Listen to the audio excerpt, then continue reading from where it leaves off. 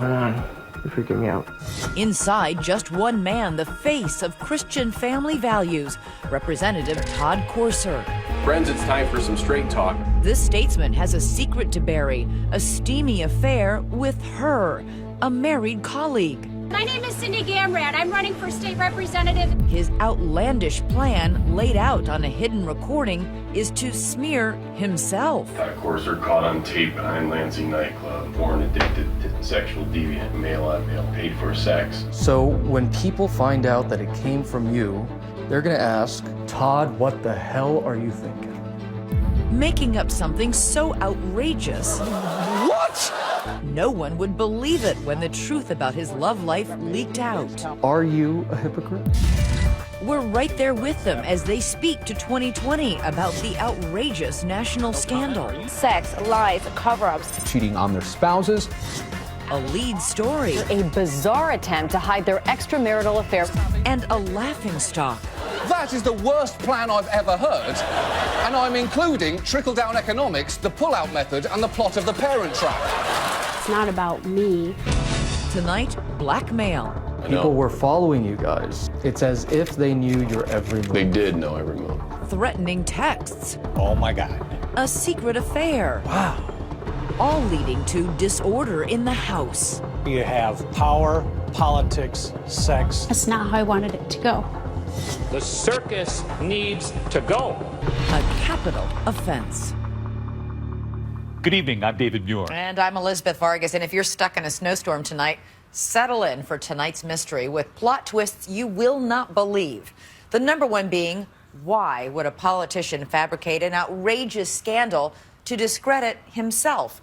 A scandal to cover up his real life secret. It all began a full year ago this month, but tonight the puzzle pieces finally coming together right here. Those recordings, the threats, and now the two at the center of the affair speaking out to 2020 about why there was such an attempt to cover it up.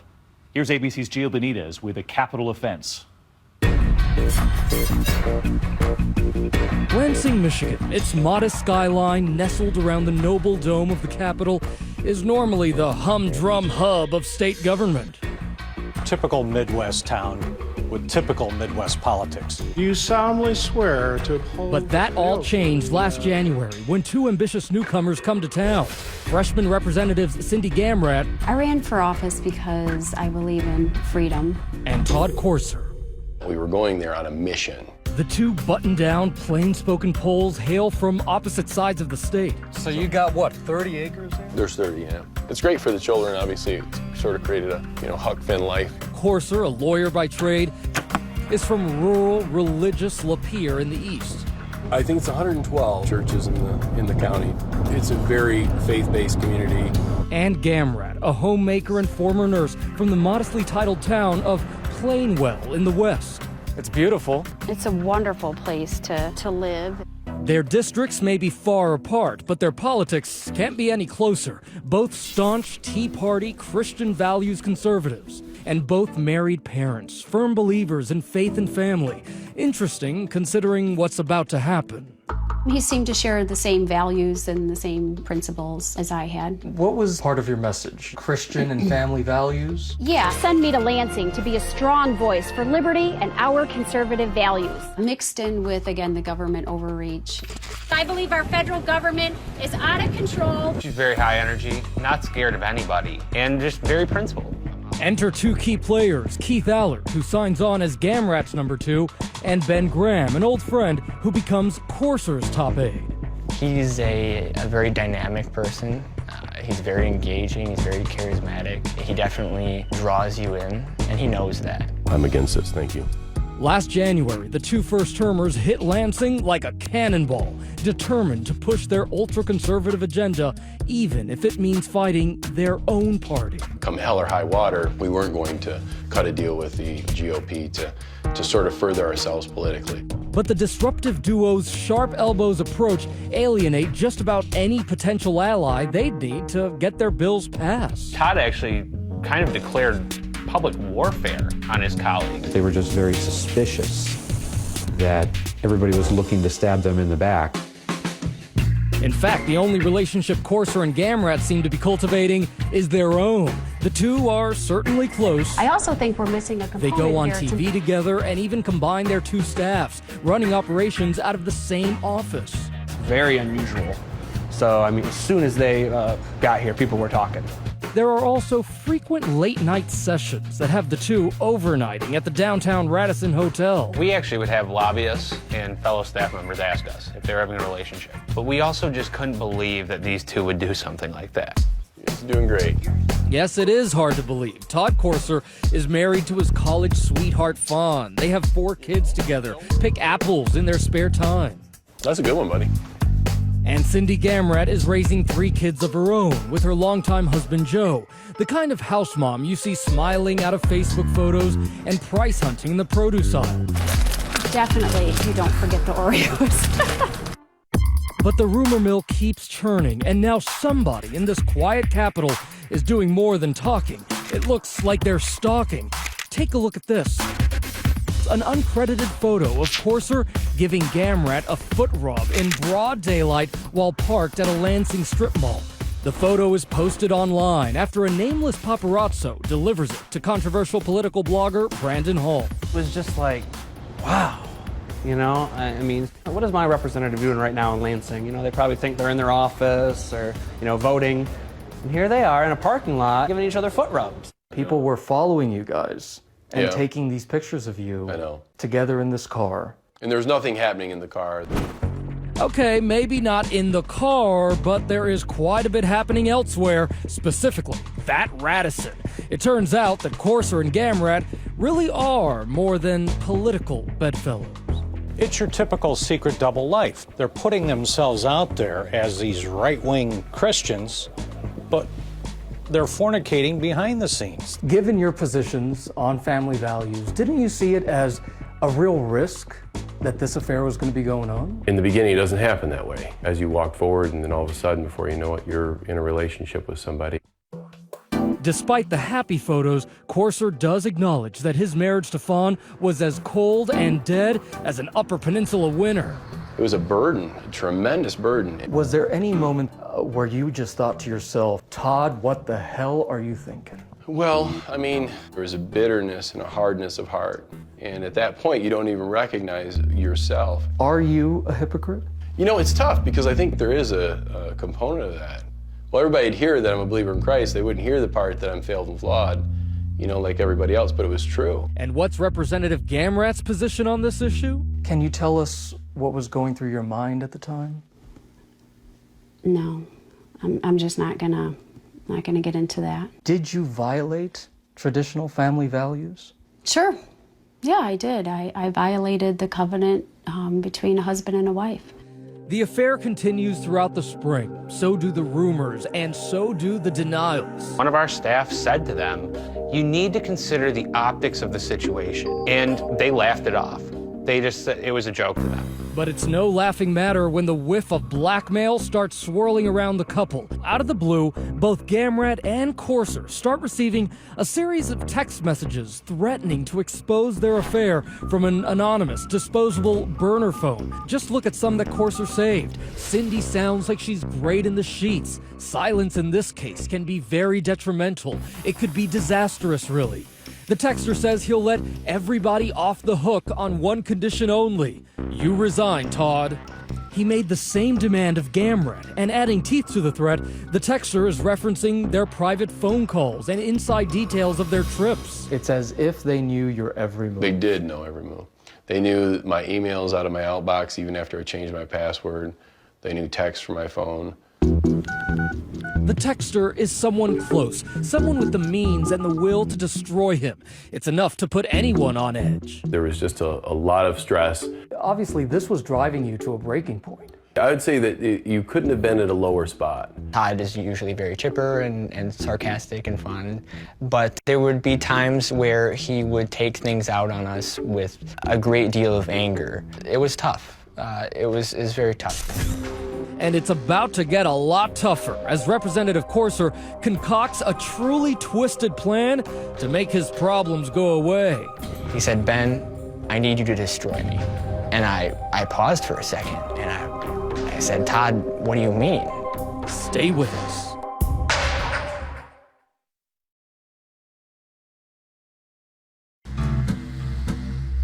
It is May in Michigan, and embattled State Representative Todd Courser is alone in his law office in the small town of Lapeer, terrified that a mystery texter is on the verge of exposing his affair with colleague Cindy Gamrat. Now he makes the fateful decision to pick up the phone and call his right-hand man, Ben Graham. In the most serious tone I've ever heard from him, he said, "I need you to destroy me. Can you come to my office?" Destroy me? Fearing not only for his job, but for his safety, Graham immediately notifies his counterpart on Cindy Gamrat's staff, Keith Allard. This is a guy who has been showing increasingly unstable signs in terms of his anger issues. There's a 20% chance he might act out violently toward himself or others, and he kept a loaded gun in that office. So I advised Ben, recorded the conversation. What's going on? You're freaking me out. So with his all-hearing phone recording everything, Graham sits down across from Courser's desk and gets the shock of a lifetime. It turns out Courser wants Graham to send an anonymous email to fellow Republicans, and it ain't about tax reform. It's already written. I didn't print it. I don't know what God will do, buddy. Todd Courser caught on tape behind Lansing nightclub. Truth, Courser secretly removed from caucus several weeks ago due to a male-on-male paid-for sex. He is a bisexual, porn-addicted sexual deviant. Your ears aren't deceiving you. Courser has concocted an email to shovel dirt on himself for scandalous behavior. And check out the potty mouth on this devout Christian. And you just get nasty about it. He's hanging out all over Lansing since the election. Gun-toting, Bible-thumping freak. He doesn't work in Lansing. He's just there feeding his habit of alcohol, drugs, and illicit sex. What he was telling me literally blew me away. I did not expect that would happen, that he would say those things. And it just gets crazier because Courser insists that none of these scandalous claims are true. In fact, they're absurd. But that's the whole point. I'm not a homosexual. I don't do alcohol. I don't do drugs. Right? That's what I mean. That's why it's not believable. Right, but they don't know that. People are so disturbed, they won't print it. But anything after that is going to be suspect. It'll be looking like a complete smear campaign. Anything after that? Courser is clearly anticipating that the mystery texter will be exposing his love affair with Cindy Gamrat any day now. Stuff's going to come out, Benjamin, and they're going to implicate myself and Cindy Gamrat. Courser's hope is that the phony smear will somehow thwart the extortion scheme of the mysterious texter by diverting attention from the affair. I'm going to start a rumor that I'm having sex with gay prostitutes all over Lansing, and that's just going to make the affair with Cindy seem like nothing, and nothing's going to stick to the wall because it's so slimy. People will see it and they'll be like, "Holy, what is that?" You know, I even hear my voice, I don't even recognize who I am. So when people find out that it came from you and it's about you, they're going to ask, are you crazy? Yeah, it's inside of that at that moment, at that situation in the darkness of where I was at, just personally. Why did you decide to go with the storyline of a gay prostitute? I mean, did you think it was so ridiculous? It was really over the top. I know it was offensive to homosexuals. It was completely ridiculous, and I didn't mean it. Let's listen to some of that audio. But what about Gamrat's role in the scheme? On the recording, Courser says she's down with the plan. Hey, we agreed. Who? Cindy and I. On this? Yeah. So right there, he says that you both agreed on this. Mm-hmm. Yeah. Is he lying? Well, when I heard that audio, what ran through my mind is, why did he say that? So this email for you came out of left field. Yes. So that was a lie. Yeah, oh, absolutely. Back in that law office, Courser's demented plan has little appeal for his aide, Ben Graham. Remember, Courser wants Graham to send the email for him. Instead, the trusted aide says he walks out of the meeting shaken and alarmed. I couldn't believe he was asking me, and I couldn't do it. I texted him back and said, Todd, I can't help you do this. I can't help you cover it up. I think loyalty went out the window for these staffers, and crazy filled the room. Undeterred, Courser sends out the self-incriminating email himself under a fake name to a Republican mailing list. Breaking scandal, blared the subject line. Indeed, it feels like this scandal has crossed into Olivia Pope's turf. Hand in your resignation, because in this town, your career is over. And yet, despite hitting the self-destruct button, Courser does not self-destruct. The email gets little notice. The sleaze bomb is a dud. I sort of dismissed it because I thought, well, I hear a lot of weird stuff in politics and slanderous things are said about a lot of people. Better still, the tormenting texter never follows through with the threats. Did you think I'm going to get away with this? Well, I don't think it was really to get away with it. It's like one of those chapters in your life you say, it was a crazy time. But then Courser and Gamrat give themselves more bad advice and follow it. That summer, for reasons now in litigation, they decide to cut off their own right hands, Ben Graham and Keith Allard, citing poor performance. They'd come into work late, they wouldn't show up they were required to. These are the guys who know all of your secrets. They do. Was it the smart idea to fire them? There's no way that they were competent that they should be there. Maybe so, but hell hath no fury like a staffer score. I felt that it was important for people to know the truth about these people and what they were doing. And we begin in Michigan. Todd Courser. Coming up, those confidants double-cross the boss, and Todd Courser finally hits the national political stage, but not in the way he hoped. It's true. He sent an anonymous email accusing himself of a fake liaison with a male prostitute. My very first reaction was, oh my God, this is huge. How will the betrayed spouses take the news?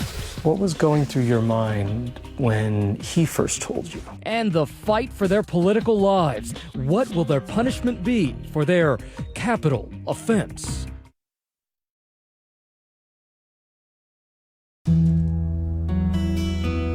It's a pleasant summer day at the Detroit News Bureau in Lansing, Michigan. Suddenly, reporter Chad Livengood receives a call that makes his year. I got a phone call from a source who indicated that Ben Graham and Keith Allard would like to meet with me. Graham and Allard have been fired by their bosses, controversial state representatives Todd Courser and Cindy Gamrat. Now it's time for some payback with the playback. And I felt it was important for their families and their spouses to know and for it to come out and so they could deal with it. Sat down with these two men and they started to play this tape for me. Todd Courser caught on tape behind Lansing nightclub. He is a bisexual, porn-addicted, sexual deviant. Yep, that recording. It'll be looking like a complete smear campaign. It was shocking. It was unbelievable. I could instantly see how this was going to be a powerful story to tell. On August 7th, Livengood's story detonates on the front page, setting off a media frenzy. It's a bizarre situation. A sex and cover-up scandal. An elaborate scheme. For reporter Jim Kirchner of ABC Detroit affiliate WXYZ, the story is prime red meat as Courser supporters go into bunker mode. You're a reporter out for his blood. No one in Michigan has seen anything like this in the last 3 decades. The State House sex scandal cover-up. Cover up the adultery with lies. Juicy element after juicy element after juicy element. All of the sordid details. We've been up here every day this week. I spent days and days on the outside of his little law office. And you're going to take some accountability questions, sir. But he didn't have anything to say. Why are you hiding? For weeks, you're dodging reporters. At least 3 weeks. Doesn't look good. No, it wouldn't look good. It was a difficult situation, obviously, because they were trying to track us down. Through it all, Mrs. Courser stands by her man. What was going through your mind when he first told you what was going on? I was pretty calm when he first told me. Now it was subsequent days after that I didn't handle it so well, but you know, we're working it out. You can't really point finger at somebody when they do something and when they fall, because we all fall. We all make mistakes.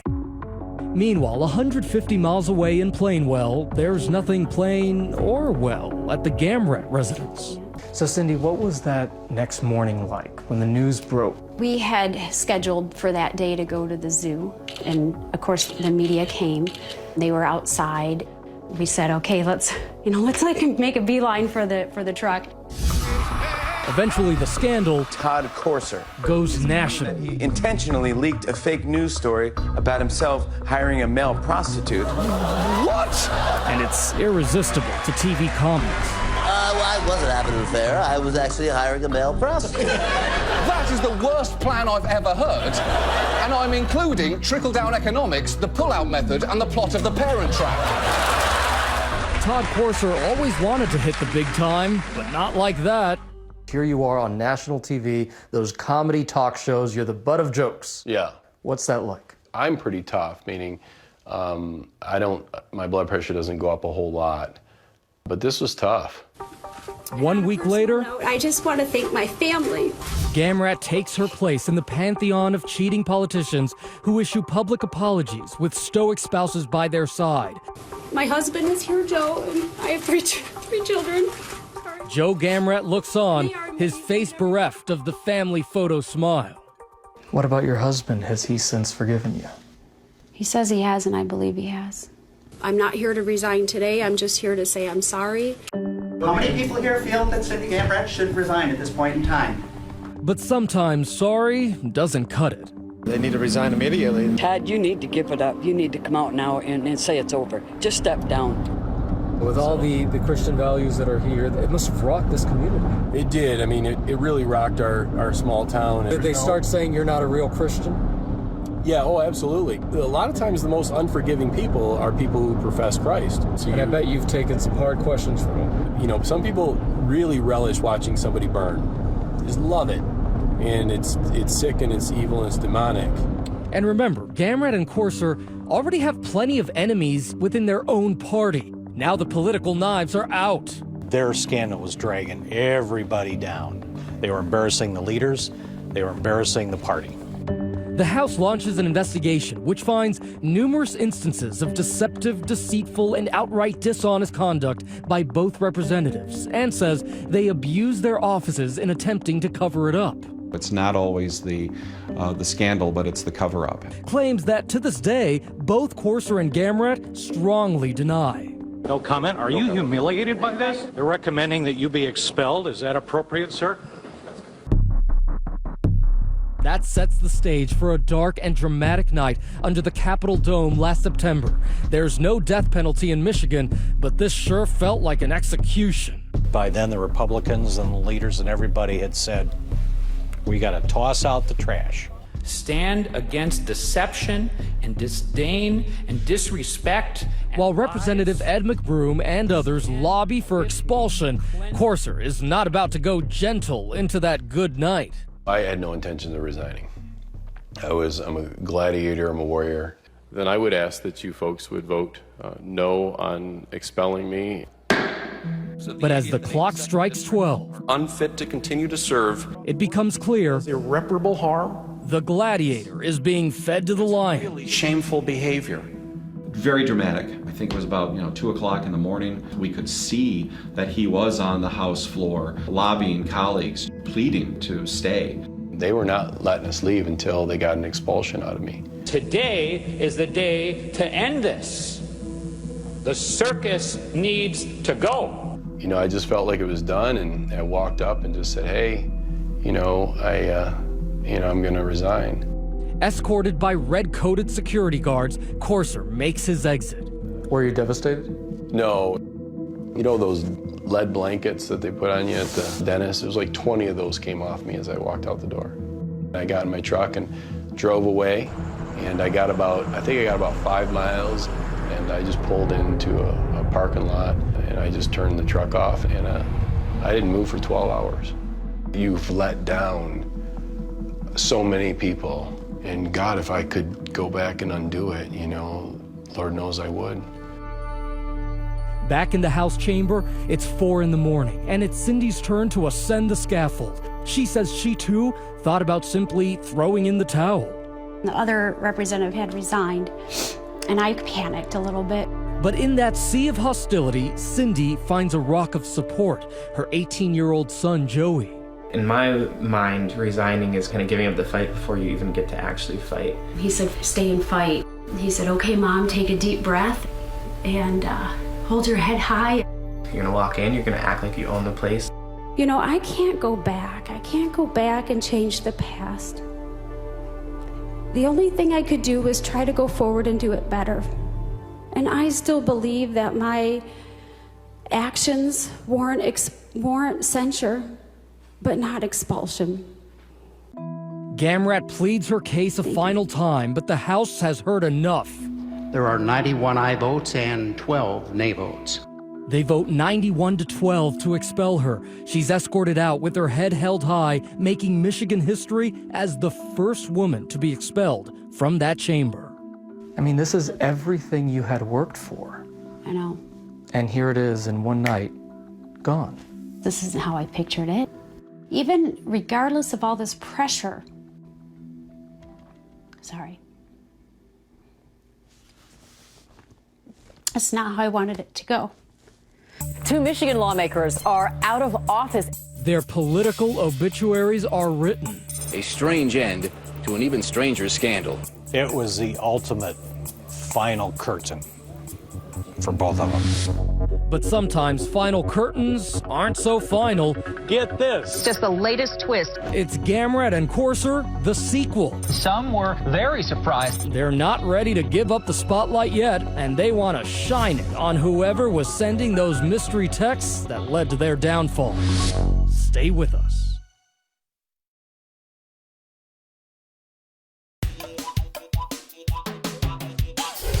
They're sorry, they're ashamed, but Todd Courser and Cindy Gamrat are not about to let trifles like their tabloid sex scandal and expulsion from office dash their ambitions. Former Representative Todd Courser announcing he will run for re-election after giving up his seat just a week ago. Cindy Gamrat is formally announcing that she will run for her old seat. Yep, brazen as it may seem, Todd and Cindy have ended their affair, but now they want to continue their political careers. They were almost in denial. They didn't look at themselves the way everybody else in Michigan was looking at them. Why are you running again? One of the things that concerned me the most was that my voters didn't have a voice in the matter at all. Plenty of other candidates are vying for the seats too, but Gamrat and Courser have something the competition lacks. I have the highest name ID, I think, of anybody that's ever run for State House. I think what has happened is sort of elevated me to mythical status. But a lot of people will say, come on, name recognition, that's the reason you wouldn't be voted for. If you have time that passes, certainly have the best name recognition of anybody. But is it for the right reason? Well, it's negative now. But I said that people should have their opportunity to make their choice. But back in Lansing, their former colleagues aren't exactly eager to welcome them back. It was a continuation of the bizarre behavior. I think it showed contempt for the system. It showed their contempt for the voters. It'll be my name on the ballot. It's not about me, it's about the people. Courser and Gamrat say they are still the most conservative candidates running. Really now the voters will have an opportunity to be able to make their own decisions. This is no normal election. And now they just want to make laws, not love. Election day in West Michigan with several big seats. November 3rd, Election Day, Judgment Day, and 2020 is there. Lord, your ways are the right ways. A prayer is very much in order. No matter the outcome in all of this and what we do, it's in your hands. What's going through your mind today? Obviously, it's a huge day, and you get all the emotions of all this happening. Courser spends the day chatting up reporters and voters, while Gamrat makes some last-minute calls to constituents. Hi, this is Cindy Gamrat. I was just calling to encourage you and remind you to get out and vote today. They're at the polls. They're almost done. Courser stays loose, toying with his dog Coco. Well, let's go. You want the pizza or the ball? She hasn't decided that yet. But as the results trickle in... Well, despite being two of the most talked about state legislators in recent memory, Todd Courser and Cindy Gamrat will not be going back to Lansing. It's clear that the electorate's love affair with the two Tea Partiers is kaput. Cindy gets just 9% of the vote. And what was going through your mind as you're getting the results, sir? I was disappointed. It's been a hard road, and we worked really hard. We've given it our best. I'm exhausted. As for Courser, he gets a backwoods whooping, garnering less than 4%. Gary Howell actually won. There's mine, $299, and he ended up with $2,263. The bad news, he lost an election. The good news, his wife Fawn is still there, faithfully, with open arms. That's okay. It's politics. It'll take me a little while to kind of obviously heal from it and take some steps forward. Post-election, Courser retreats back to his law office in Lapeer to lick his wounds. But there's some unfinished business fevering his brain. He just can't get over those mysterious text messages that hit his iPhone last May. Remember, a hidden extortionist threatened to reveal the affair unless he and Gamrat resigned. Harassment, which Courser maintains, sent him over the edge. Do you believe at that point that you were being blackmailed? The texter was requiring me to resign. It felt like there was a bigger power at work here. Courser won't stop until he gets some answers. And that investigation will bring this story to its unlikely conclusion at this unexpected location with an even more surprising suspect. Was Courser up to his old tricks again? You wrote that email. Yeah. Why wouldn't you send those texts? The twists and turns lead to the mystery texter. I remember reading the report and just shaking and not wanting to believe. When 2020 returns.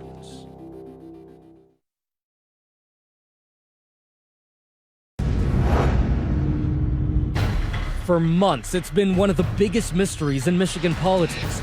Who was the shadowy figure who sent those blackmail texts to Todd Courser and Cindy Gamrat, threatening to expose their affair unless they resigned?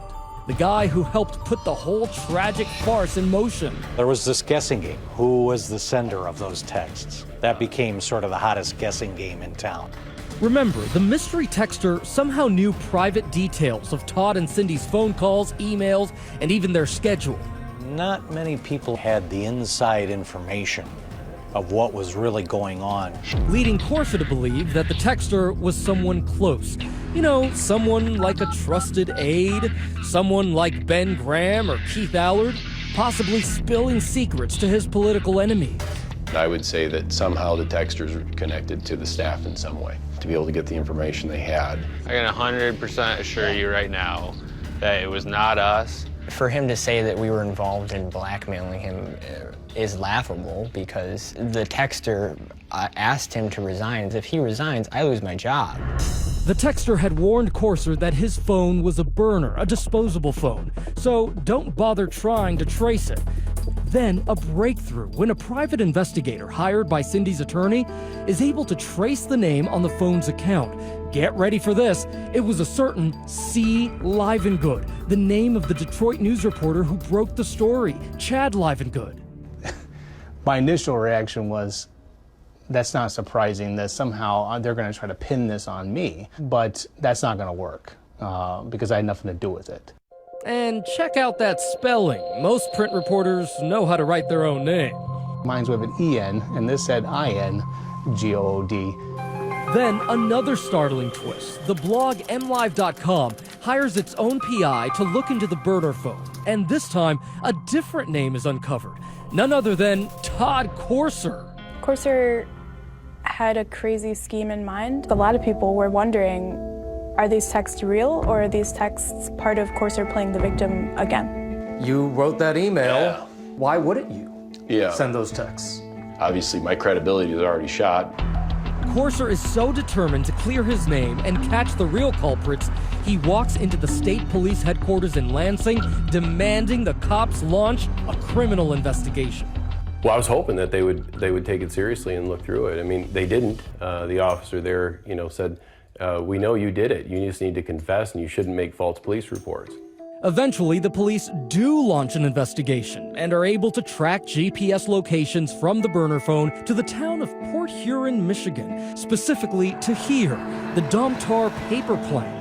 Investigators make a shocking discovery. There's a traveling chemical salesman working at that plant, a person very close to Gamrat's family.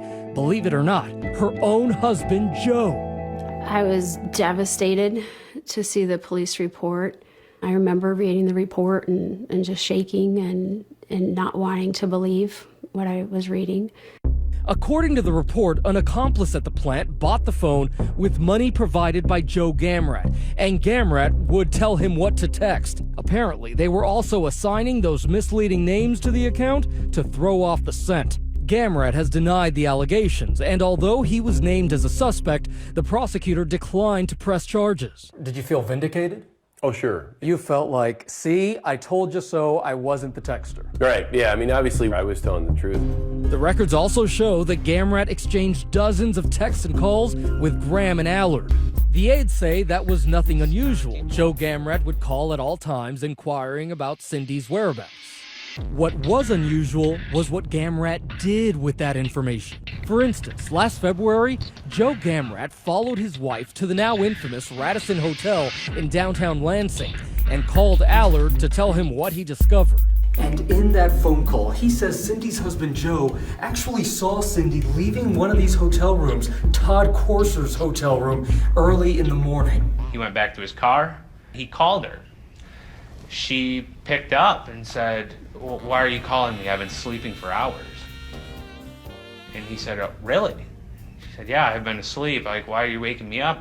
This was just the tip of the iceberg. The police report revealed that even as Joe Gamrat was standing beside his wife in public, in private, he'd become obsessed with tracking her, spying on Cindy for months, and planting surveillance devices in her bag and car.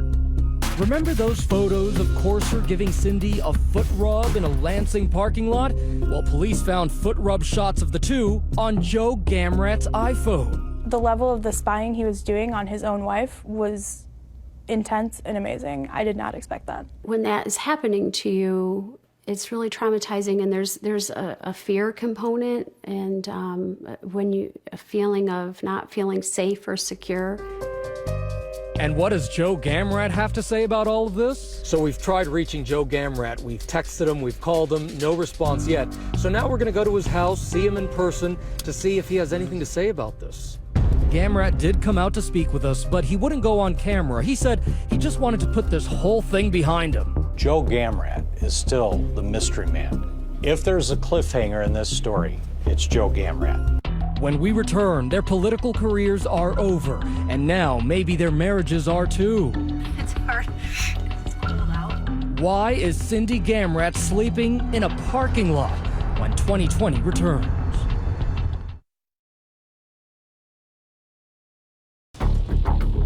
It is a bracing January evening, just last Friday, as Cindy Gamrat drives her SUV to a Plainwell, Michigan parking lot. It's hard because it's cold out. This, she says, is where she spends her nights when her husband Joe comes home from his business trips on short notice. I'll tell you, when it's really cold, you wake up and then you start the car and, let it warm up, and I have a sleeping bag and blankets and that, so it stays warmer. Today,